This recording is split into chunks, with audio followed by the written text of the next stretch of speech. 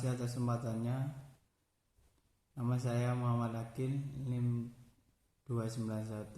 Di sini saya akan menjelaskan tentang keputusan etis dan pengambilan keputusan etis. Pengambilan keputusan etis yaitu suatu proses yang dipilih oleh suatu manajer untuk memecahkan masalah yang dihadapi oleh perusahaannya, dan manajer juga harus bisa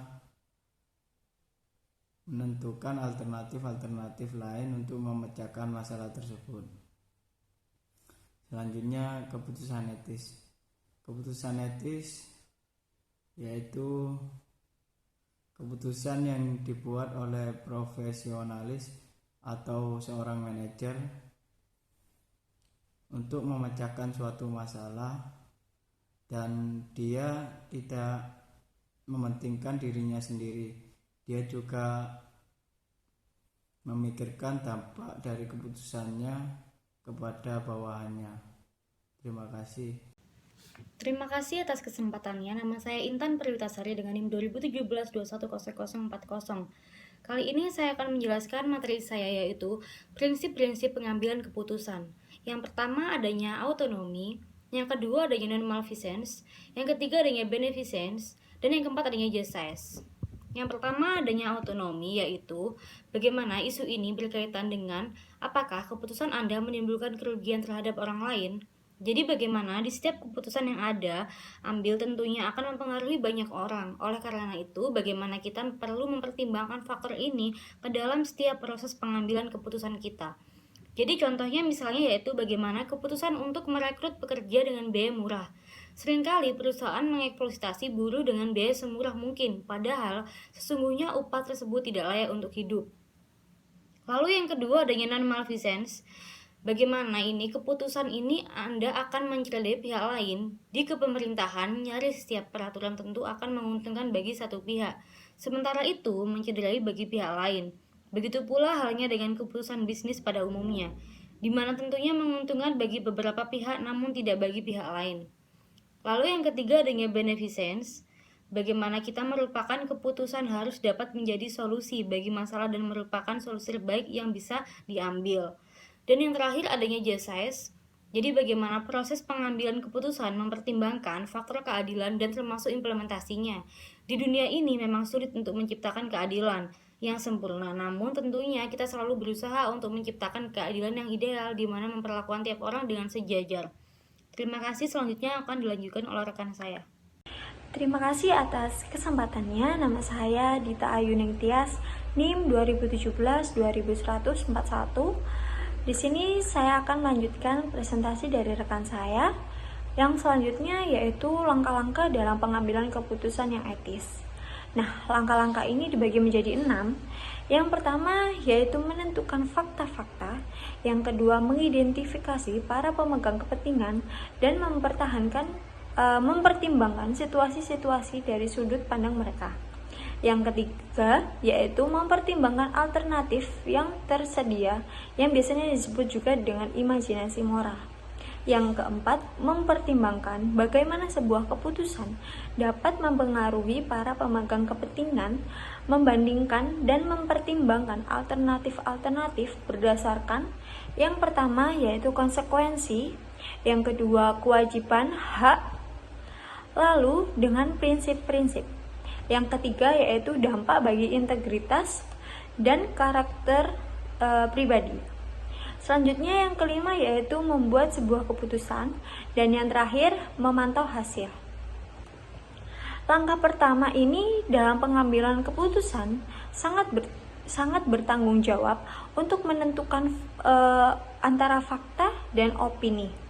Nah, perbedaan fakta ini sangat penting karena perbedaan persepsi seseorang mengalami dan memahami situasi dapat menyebabkan banyak perbedaan etis.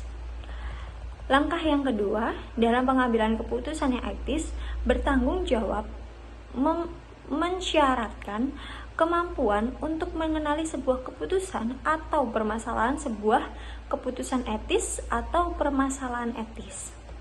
Dan langkah yang ketiga yaitu melibatkan satu dari elemen vitalnya. Kita diminta untuk mengidentifikasi dan mempertimbangkan sebuah pihak yang dipengaruhi oleh sebuah keputusan. Yang ketiga yaitu dalam proses pengambilan keputusan adalah membandingkan dan mempertimbangkan alternatif-alternatif, membuat sebuah spreadsheet mental yang mengevaluasi setiap dampak tiap alternatif yang telah dipikirkan terhadap masing-masing pemegang kepentingan yang telah diidentifikasi. Salah satu cara yang paling mudah adalah menempatkan diri terhadap posisi orang lain.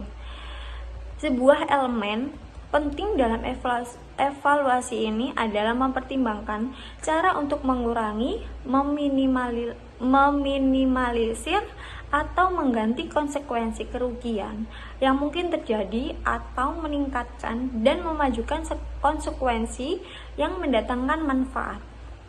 Nah, selain itu juga perlu mempertimbangkan kewajiban, hak, dan prinsip serta dampak bagi integritas dan karakter pribadi. Langkah yang kelima adalah pengambilan keputusan yang diakhiri dengan evaluasi yang merupakan langkah terakhir dalam proses pengambilan keputusan sebagai sarana untuk menilai apakah keputusan kita sudah berdampak baik atau malah tidak sesuai dengan apa yang kita harapkan. Lalu langkah yang keenam yaitu kita melihat hasil dari evaluasi tersebut. Selanjutnya akan dilanjutkan oleh rekan saya. Terima kasih. Wassalamualaikum warahmatullahi wabarakatuh. Terima kasih atas kesempatannya. Nama saya M. Oktavianti dengan NIM 2017-253. Di sini saya akan melanjutkan presentasi dari rekan saya, yaitu mengenai 3 jenis tingkatan pilihan-pilihan etis seorang manajer. Antaranya yaitu yang tingkat 1, ada prekonvensional, yaitu yang mematuhi peraturan guna menghindari hukum, cenderung patuh dan bertindak dalam kepentingannya sendiri, dan biasanya gaya kepemimpinan yang dipakai adalah otokrasi atau memaksa, dan biasanya dilakukan dalam hal penyelesaian tugas. Lalu tingkat 2 adalah konvensional, yaitu menghidupkan harapan orang lain dan memenuhi kewajiban sistem sosialnya, dan juga menjunjung tinggi dan mematuhi hukum. Biasanya gaya kepemimpinan yang dipakai adalah membimbing dan memberikan semangat, serta berorientasi pada tim, dan biasanya dilakukan dalam kerjasama kelompok saat bekerja. Lalu tingkat 3 adalah postkonvensional, yaitu mengikuti prinsip keadilan dan hak yang dipilih sendiri, serta menghargai perbedaan dan berusaha untuk mencari solusi dari perbedaan tersebut, dan menyeimbangkan kepentingan diri dan kepentingan bersama. Biasanya, gaya kepemimpinan yang diterapkan adalah pemimpin yang mengabdi dan dapat menyesuaikan, dan dilakukan dengan partisipasi penuh oleh seluruh karyawan. Sekian penjelasan dari saya. Terima kasih atas perhatiannya. Selanjutnya akan dijelaskan oleh rekan saya. Terima kasih atas kesempatannya. Perkenalkan, nama saya Babang Sunaji dengan NIM 2017-21008. Nah, di sini saya akan melanjutkan presentasi dari rekan saya, yang dimana saya akan menjelaskan mengenai kriteria pengambilan putusan yang etis. Nah, dalam pengambilan putusan yang etis ini terdapat 2 pendekatan. Yang pertama adalah pendekatan bermanfaat atau utilitarian moralnya approve, yang dimana pendekatan ini atau tindakan moral ini berdampak besar bagi banyak orang atau sekelompok orang. Sedangkan untuk pendekatan individualisme, yaitu pendekatan yang dianggap tepat apabila tindakan itu membawa dampak yang baik atau dampak yang besar untuk jangka panjang bagi individu tersebut. Nah, dalam mengambil keputusan yang etis, ada beberapa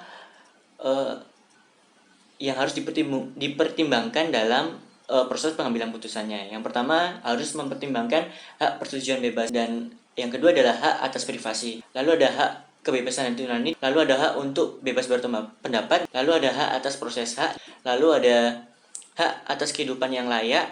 Individu memiliki hak untuk mendapatkan keamanan atau perlindungan ketika dia ingin menyampaikan pendapat atau setelah menyampaikan pendapat. Mungkin itu saja yang dapat saya sampaikan. Selanjutnya akan saya serahkan oleh rekan saya. Terima kasih atas kesempatannya. Nama saya Teo Flinto, NIM 2017-2188. Di sini saya akan melanjutkan presentasi dari rekan saya. Apa yang harus diperhitungkan pada proses pengambilan keputusan?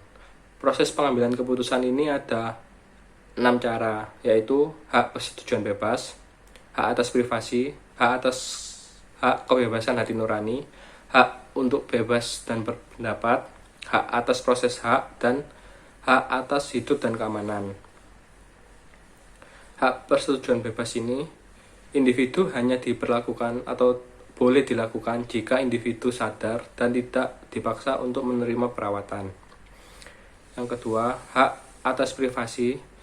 Hak atas privasi ini juga telah memilih apa yang ingin mereka lakukan di luar pekerjaannya. Hak kebebasan hati nurani juga dapat menahan diri dari perintah yang melanggar standar moral dan agama mereka. Yang keempat, hak untuk berpendapat. Individu dapat berpendapat secara wajar, mengkritik etika atau legalitas tindakan yang diambil oleh orang lain. Hak atas proses hak. Orang-orang juga memiliki hak untuk berbicara dengan cara tidak memihak dan berhak atas perlakuan yang adil. Dan yang terakhir, hak atas hidup dan keamanan. Hak atas hidup dan keamanan ini, individu memiliki hak untuk hidup tanpa bahaya dan ancaman terhadap kesehatan dan keselamatan mereka. Sekian presentasi dari saya, akan dilanjutkan oleh rekan saya. Terima kasih. Terima kasih atas kesempatannya. Saya Hilmi Khairul Rizky, NIM 2017-210096, akan menjelaskan tentang teori pengambilan keputusan dalam menghadapi etik atau moral. Yang pertama yaitu teori utilitarianisme, adalah tindakan yang dimaksudkan untuk memberikan kebahagiaan atau kepuasan yang maksimal. Yang kedua yaitu teori deontologi, adalah tindakan berlaku umum dan wajib dilakukan dalam situasi normal karena menghargai norma yang berlaku, misal kewajiban melakukan pelayanan prima kepada semua orang secara objektif. Yang ketiga yaitu teori hedonisme, merupakan dasar yang menjadikan alasan kepuasan yang ditimbulkannya mencari kesenangan dan menghindari ketidaksenangannya. Teori yang terakhir yaitu teori eudemonisme, adalah tujuan akhir untuk kebahagiaan. Sekian presentasi dari saya, selanjutnya akan dilanjutkan oleh rekan saya. Terima kasih. Terima kasih atas kesempatannya. Nama saya Didi Megaliana, NIM 2017-210108. Di sini saya akan mempresentasikan tentang faktor-faktor yang mempengaruhi pengambilan keputusan etis. Yang pertama, perkembangan moral. Fase ini adalah fase yang mengevaluasi kemampuan seseorang untuk menilai apakah ia benar secara moral. Semakin besar perkembangan moral seseorang, maka semakin sedikit ia akan tergantung pada pengaruh luar, sehingga ia lebih cenderung berperilaku etis. Yang kedua adalah lingkungan organisasi. Dalam lingkungan organisasi, referensi dibuat untuk persepsi harapan organisasi oleh karyawan. Organisasi mempromosikan dan mendukung perilaku etis dan memberi penghargaan atau menghambat perilaku tertulis. Perilaku moral orang tua yang tinggi, harapan kinerja yang realistis, dan evaluasi kinerja sebagai dasar untuk mempromosikan individu dan menghukum individu yang bertindak tidak etis adalah contoh nyata dari perilaku ini di lingkungan organisasi, sehingga sangat mungkin untuk mempromosikan proses pengambilan keputusan yang sangat etis. Terakhir adalah tempat kedudukan kendali. Tempat mendudukan kendali tidak lepas dengan struktur organisasi. Secara umum, orang yang dengan moral kuat lebih kecil kemungkinan untuk membuat keputusan yang tidak etis jika mereka dikendalikan oleh lingkungan organisasi sebagai tempat tinggal yang kurang lebih sama sebagai bagian dari proses pengambilan keputusan etis. Ada kemungkinan bahwa orang yang sudah memiliki moral yang kuat terkontaminasi oleh lingkungan organisasi sebagai tempat tinggal yang mengizinkan atau mempromosikan praktik para pengambil keputusan yang tidak etis. Terima kasih atas kesempatannya. Nama saya Lasel Fitri. materi dengan NIM 2017-210-120. Di sini saya akan mempresentasikan tentang dasar pengambilan keputusan. Dasar pengambilan keputusan itu ada 6 macam, yaitu yang pertama, dasar pengalaman keputusan berdasarkan intuisi atau perasaan. Keputusan yang diambil berdasarkan perasaan lebih bersifat subjektif, yaitu mudah terkena sugesti, pengaruh luar, dan faktor kejiwaan lainnya. Meskipun memiliki beberapa kekurangan, keputusan yang didasari intuisi atau perasaan juga memiliki keuntungan. Di antaranya, pengambilan keputusan dilakukan oleh satu pihak sehingga mudah untuk memutuskan. Dan yang kedua ada berdasarkan rasional atau masuk akal. Keputusan yang bersifat rasional berkaitan dengan daya guna masalah-masalah yang dihadapi, merupakan masalah yang memerlukan pemecahan rasional.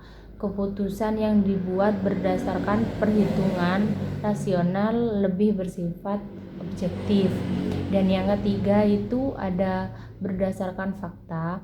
Banyak yang berpendapat bahwa sebaiknya pengambilan keputusan didukung oleh sejumlah fakta yang memadai.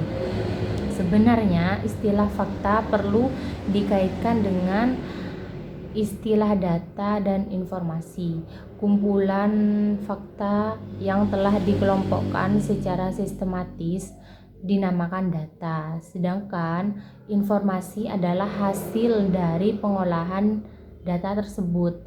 Dengan demikian, data harus diolah lebih dahulu menjadi informasi yang kemudian dijadikan dasar pengambilan keputusan. Dan yang keempat ada berdasarkan pengalaman. Pengambilan keputusan ini seringkali diterapkan pimpinan dengan mengingat apakah kasus ini sebelumnya pernah terjadi atau belum. Jika permasalahan pernah terjadi, maka pimpinan tinggal melihat apakah permasalahan tersebut sama atau tidak dengan kondisi yang sekarang atau saat ini. Jika masih sama, kemudian dapat menerapkan cara sebelumnya untuk mengatasi masalah tersebut.